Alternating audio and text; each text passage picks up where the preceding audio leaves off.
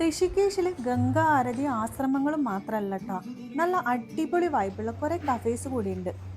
Follow my food prints. I'm Regina and this is my travel account. ഇന്ന് ഞാൻ നിങ്ങളെ ഋഷികേശിലെ 4 പ്രധാനപ്പെട്ട കഫേസ് പരിചയപ്പെടുത്തി തരാം. First is Shambala cafe. Tapovan ഭാഗത്താണ് ഈ ഒരു കഫേയുടെ ലൊക്കേഷൻ വരുന്നത്. ഒരു ജ്വല്ലറി ഷോപ്പിൻ്റെ ഉള്ളിലൂടെയാണ് ഈ ഒരു കഫേയിലേക്കുള്ള എൻട്രി.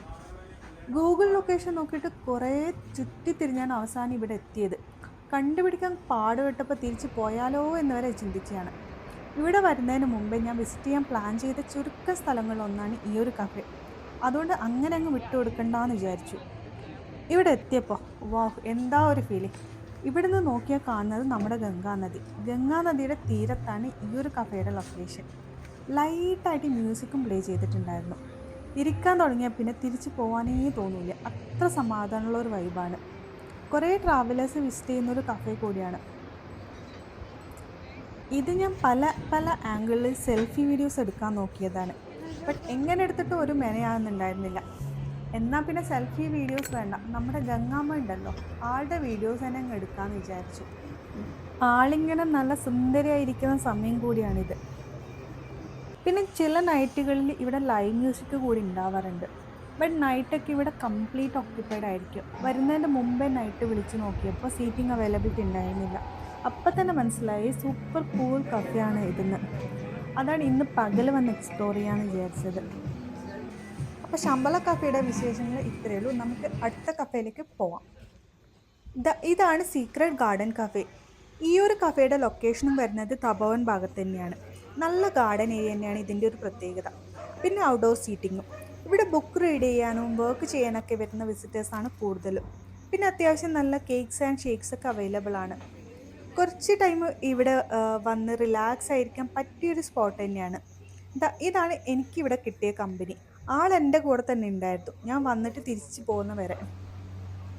പിന്നെ ഈ ഒരു കഫേയുടെ തൊട്ടടുത്തായിട്ട് യോഗ സെൻറ്ററും പിന്നെ സ്റ്റേ ഓപ്ഷൻസൊക്കെ ഉണ്ട്. സ്റ്റേ ഓപ്ഷൻസൊക്കെ ഭയങ്കര ചീപ്പാണ് അന്വേഷിച്ചപ്പോൾ. ബട്ട് റൂംസ് ഒന്നും അത്ര നല്ലതായിട്ട് തോന്നിയില്ല ഫോട്ടോസൊക്കെ കണ്ടപ്പോൾ. പേര് പോലെ തന്നെയാണ് ഈ ഒരു കഫേ, സീക്രട്ട് ഗാർഡൻ കഫേ. ഒരു ഗാർഡൻ്റെ ഉള്ളിലുള്ള ഹിഡൻ ജെം എന്ന് തന്നെ പറയാം.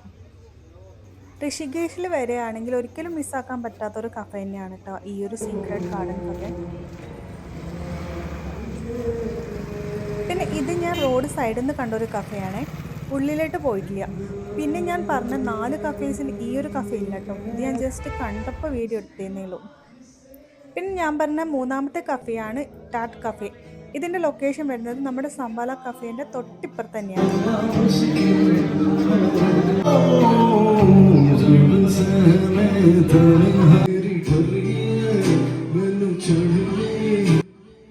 ഈ ഒരു ലൈവ് മ്യൂസിക് തന്നെയാണ് ഇതിൻ്റെ ഒരു പ്രത്യേകത.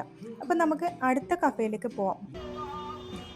ഇതാണ് 60s cafe, the Beatles cafe. ഋഷികേശിൽ വരികയാണെങ്കിൽ ഒരിക്കലും മിസ്സാക്കാൻ പറ്റാത്തൊരു കഫേയാണ് ഈ ഒരു 60s കഫേ. ബീറ്റിൽസ് ടീംസിനോടുള്ള ഒരു ട്രിബ്യൂട്ട് പോലെയാണ് ഈ ഒരു കഫേ. ബീറ്റിൽസിൻ്റെ ഫോട്ടോസ് വെച്ചിരിക്കുന്ന കുറേ ചുമരുകളും പിന്നെ ബീറ്റിൽസിൻ്റെ പഴയകാല ഫോട്ടോ ആൽബംസ്, ബുക്സ്, അങ്ങനെ കുറേ സാധനങ്ങളുണ്ട് ഇവിടെ കാണാൻ. പിന്നെ ഇവിടുത്തെ ഒരു ഫുഡും അത്ര എക്സ്പെൻസീവ് ഒന്നും അല്ല കേട്ടോ, എനിക്കത്ര ടേസ്റ്റായിട്ട് തോന്നിയില്ല. അതിപ്പോൾ ഞാൻ ഓർഡർ ചെയ്ത പിസയുടെ കുഴപ്പമാണോന്നും അറിയില്ല, ബട്ട് അത്ര എക്സ്പെൻസീവ് ഒന്നുമല്ല.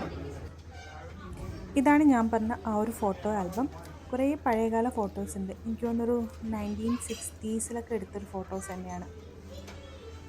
അപ്പോൾ ഇതും ഋഷികേശിലെ ഒരു മസ്റ്റ് വിസിറ്റ് കഫേ തന്നെയാണ്, ഒരിക്കലും മിസ്സാക്കാൻ പാടില്ല ഈ ഒരു കഫേ. അപ്പോൾ വീഡിയോ ഇഷ്ടമെങ്കിൽ ലൈക്ക് ചെയ്യാനും അതേപോലെ ചാനൽ സബ്സ്ക്രൈബ് ചെയ്യാനും മറക്കല്ലേ. One world many stories. Thanks for watching. Bye bye from travel account.